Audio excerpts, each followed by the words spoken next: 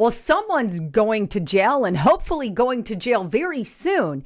Elon Musk dropped a bombshell on Fox News' The Five when he came on and stated that he knows who is orchestrating the attacks on Teslas, and he has the names of the generals. Take a listen. I believe that is exactly what will happen. Do you know who they are? We're coming for them. Do you know who those generals are? We know. We do. Yes. And hopefully the prosecution will be for Rico and an organized criminal enterprise, which makes the penalties even more serious. And now to Jessica. Yes, absolutely. These are serious crimes where the organizers and pushers of mass violence will go to prison for a very long time. That's right. Okay. And I hope they see this segment. Let's hope they do get arrested, and soon. And by the way, as Gene Shapiro said, I really hope that they could go after them with Rico. Take a look if you're not familiar with Rico, racketeering. I'm just going to give you a brief description of that because there are liberals listening. But racketeering is a type of organized crime in which the perpetrators set up a coercive, fraudulent, extortionary, or otherwise illegal coordinated scheme or operation to repeatedly or consistently collect a profit. So they have some kind of crime which they have conducted in which they are collecting money. In other words, something like what they're describing in the video you just saw could very well classify as that. But to dig into a little bit of what RICO is, here is RICO, the Racketeer Influenced and Corrupt Organization Act. It is a U.S. federal law that provides for extended criminal penalties and a civil cause of action for acts performed as part of an ongoing criminal organization. It expands under RICO, a person who has committed at least 2 acts of racketeering activity drawn from a list of 35 crimes within a 10-year period can be charged with racketeering if such acts are related in one of 4 specified ways to an enterprise. And those found guilty can be found up to $25,000 or 20 years in prison. If these people are charged with RICO, they can have up to 20 years. I mean, these are acts of violence that they're committing, and we have seen breaking out all over the freaking country. We're talking about dozens of these. And I think we need some answers to what's going on. And hopefully, if there is some RICO activity going on and criminal activity, they go to jail. But that's not all that Elon Musk just exposed. But just a quick break from my sponsor. If you're a dog owner like me, then you're already aware that, well, a dog's health can be complicated. In fact, sometimes it's hard to separate what is a healthy dog from an unhealthy dog. Well, Dr. Marty Goldstein, one of America's top holistic veterinarians, says there is one potentially dangerous substance which is found in many of your dog foods. In fact, you should stop feeding it to your dog immediately. The sad truth is that many dog food manufacturers have this substance in their dog food, and it's one of the most dangerous substances that your dog can have. And no surprise, most of the mainstream media is ignoring it. In fact, Dr. Marty, after years of research, has released an exclusive video for free to the public, by the way, and it's a video that's uninterrupted, and it showcases exactly what foods you should stop feeding your dog. And to check it out, all you have to do is go to healthydog1.com/haven. That's healthydog1.com/haven. And just by making this one change to your dog, you can help support his overall health. So check it out today. I'm a dog lover. You are not going to want to miss this one. If you want more information, click that more button if you're on your cell phone, or click the link in the description box below. So what else has Elon Musk exposed? Well, let's go back before I go forward, because this second one is going to shock you to the core. Take a look. Again, I'm going to go backwards to go forward, but this happened back in early March, and this is on the Daily Wire. Doge standoff, how the publicly funded U.S. Institute of Peace, that is not so peaceful, by the way, defied the White House. What happened back then is employees actually locked the door and barred the Institute's newly appointed director from coming in the building. There was a literal standoff. The old employee said, "You're not coming in here and we're not allowing you in. So blah, blah, blah, you're out." To give you a breakdown of what happened on Friday, this is a couple weeks ago, the board of director of the U.S. Institute of Peace informed the group's president, George Moose, that he was relieved of his duties. The same day, Moose's replacement, Kenneth Jackson, arrived at the office for the congressionally funded nonprofit to assume his new role. There was one problem. Moose refused to go. A source intimately involved in the situation told the Daily Wire that Moose put the building on lockdown when Jackson and his team were en route. When they arrived, they were astonished to find that the doors were locked and they were unable to gain entry.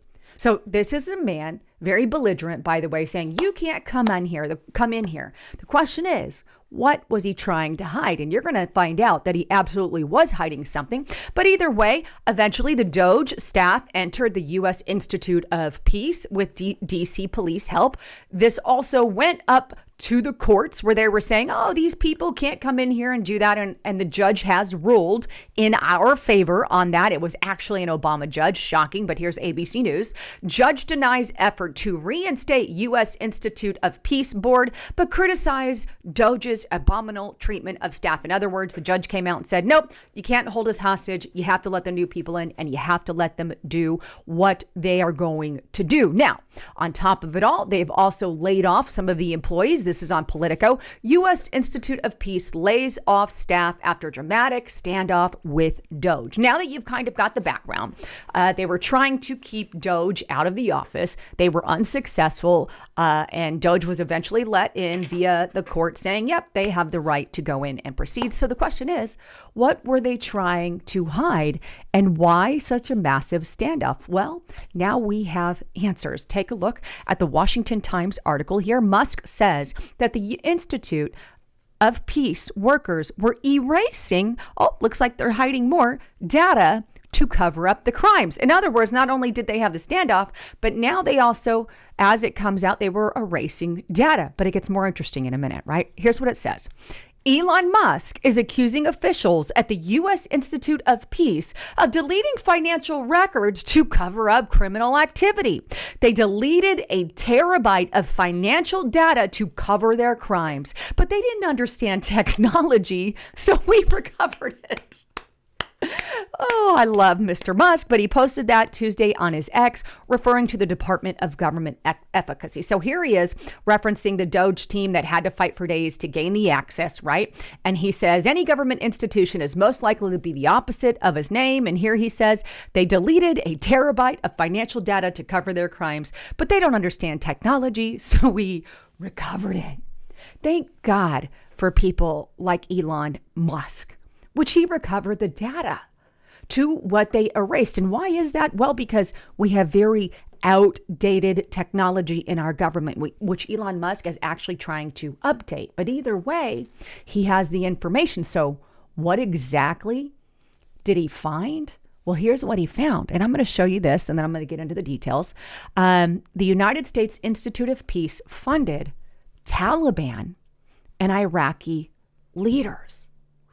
So your money has been going to the Taliban. And I'm not even joking, right? And here Mario Nafal gets into the details on it, right? And here's what he says. The Department of Government Efficacy discovered at the U.S. Institute of Peace, that's not so peaceful, reveals that Washington's dirty secret, agencies often do precisely the opposite of their stated mission. When Doge, investigators finally gained access to USIP's books after days of institutional resistance requiring FBI intervention, they uncovered the unthinkable: $132,000 funneled to a former Taliban member and $1.3 million to an Iraqi organization with questionable ties. This fits a very devastating pattern. A 2019 Special Inspector General report found that $19 billion in U.S. aid to Afghanistan was unaccounted for or misused between 2002 and 2016, showing how routinely taxpayer money flows to our adversaries under noble pretenses.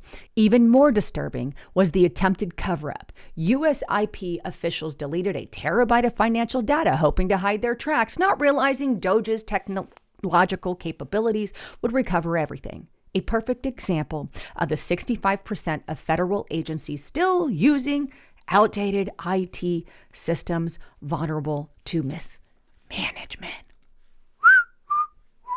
And so the cookie crumbles. All these Democrats that are out there are not getting the real news of what's going on. They're told to hate Elon Musk. They're told to not buy Teslas, although prior they were told to buy Teslas and EV vehicles, and now they're suddenly against it. I guess their climate change agenda doesn't really matter anymore because of Elon Musk. It's just crazy how crazy they are. But either way, they just do what they're told. They're like little puppets. I hate Elon Musk. Well, why? What is he doing that's pissing you off? He's clearing out fraud and waste. No, he's not going after your Social Security. No, he's not going after your Medicaid. Unless you're over 120 years old and collecting Medicaid, which no one is, maybe one or two people on this planet. And I don't have the exact numbers here, but 120, I think, hey, most people are dead by that time. 99.9999999% of us.